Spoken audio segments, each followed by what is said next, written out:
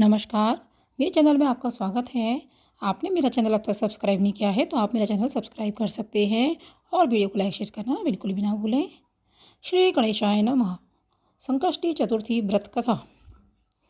दोस्तों, हिंदू पंचांग के अनुसार महीने में 2 बार चतुर्थी आती है जो भगवान गणेश को समर्पित हैं। माघ मास के कृष्ण पक्षी चतुर्थी को इन चतुर्थियों में सबसे महत्वपूर्ण माना जाता है। इसी सकट चौथ, तिलकुटा चौथ, तिल चौथ, माघी चौथ जैसे अन्य नामों से भी हम जानते हैं। तो माघ मास की इस चतुर्थी के दिन भगवान गणेश को गुड़ और तिल से बने लड्डुओं का भोग लगाया जाता है। यहाँ हम सकट चौथ की 3 कहानियाँ कहेंगे। इसमें पहली कहानी है वह इस प्रकार है। सकट जी की पहली कथा। माँ पार्वती एक बार स्नान करने गईं। स्नान घर के बाहर उन्होंने अपने पुत्र गणेश जी को खड़ा कर दिया और उन्हें रखवाली का आदेश देते हुए कहा कि जब तक मैं स्नान करके खुद बाहर ना आऊँ किसी को भी भीतर आने की इजाज़त मत देना। गणेश जी अपनी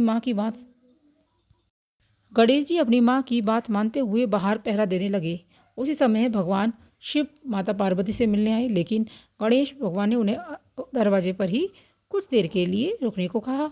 भगवान शिव ने इस बात से बेहद आहत और अपमानित महसूस किया और गुस्से में उन्होंने गणेश भगवान पर त्रिशूल का वार किया, जिससे उनकी गर्दन दूर जा गिरी। स्नान घर के बाहर शोरगुल सुनकर माता पार्वती बाहर आईं तो देखा गणेश जी की गर्दन कटी हुई है। ये देखकर वो रोने लगी और उन्होंने शिव जी से कहा गणेश जी के प्राण फिर से वापस कर दें। इस पर शिव जी ने एक हाथी का सिर लेकर गणेश जी को लगा दिया। इस तरह से गणेश भगवान को पूरा दूसरा जीवन मिला। तभी से गणेश जी की हाथी की तरह सूंड होने लगी। तभी से महिलाएं बच्चों की सलामती के लिए माघ माह के कृष्ण पक्ष की चतुर्थी को गणेश चतुर्थी व्रत करने लगी। दूसरी कथा इस प्रकार है। किसी नगर में एक कुम्हार रहता था। एक बार जब उसने बर्तन बनाकर आवा लगाया तो आवा नहीं पका। परेशान होकर वह राजा के पास गया और बोला, महाराज न जाने क्या कारण है, आवा पक ही नहीं रहा है।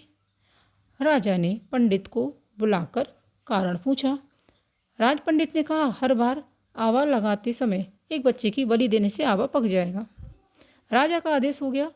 बलि आरंभ हुई। जिस परिवार की बारी होती थी वह अपने बच्चों में से एक बच्चा बलि के लिए भेज देता। इस तरह कुछ दिनों बाद एक बुढ़िया के लड़के की बारी आई। बुढ़िया के एक ही बेटा था, उसके जीवन का सहारा था। दुखी बुढ़िया सोचने लगी, मेरा एक ही बेटा है, वह भी सकट के दिन मुझसे जुदा हो जाएगा। तभी उसको एक उपाय सूझा। उसने लड़के को सकट की सुपारी तथा दूब का बीड़ा देकर कहा, भगवान का नाम लेकर आबा में बैठ जाना। सकट के दिन बालक आबा में बैठा दिया गया और बुढ़िया सकट माता के सामने बैठकर पूजा प्रार्थना करने लगी। पहले तो आवा पकने में कई दिन लग जाते थे, पर इस बार सकट माता की कृपा से एक ही रात में आवा पक गया। सबीर कुम्हार ने देखा तो वह हैरान रह गया।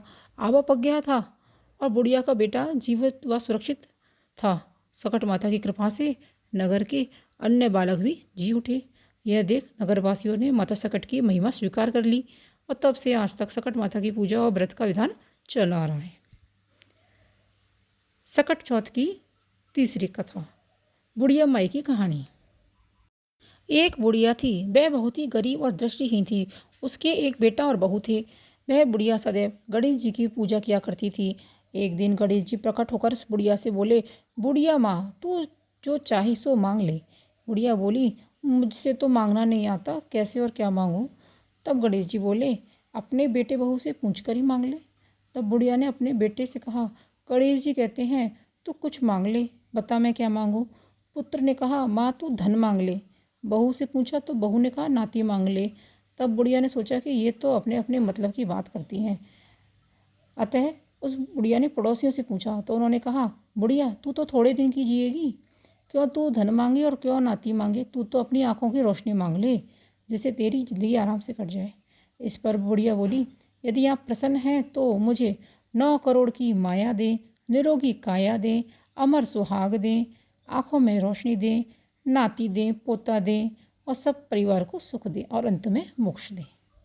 यह सुनकर तब गणेश जी बोले, बुढ़िया माँ, तूने तो हमें ठग लिया, फिर भी जो तूने मांगा है वचन के अनुसार सब तुझे मिलेगा।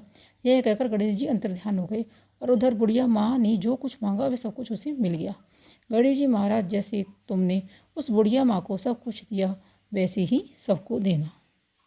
इस तरह से सकट चौथ पर आप तीनों कथाओं में से कोई भी एक कथा सुनेंगी तो आपकी मनोकामना जरूर पूरी होगी। जय सकट चौथ माता। अगर आपको मेरी दी गई जानकारी अच्छी लगी तो आप मेरे चैनल को सब्सक्राइब कर सकते हैं और वीडियो को लाइक शेयर करना बिल्कुल भी ना भूलें। वीडियो को पूरा देखने के लिए आपका धन्यवाद। मिलते हैं अगले वीडियो में।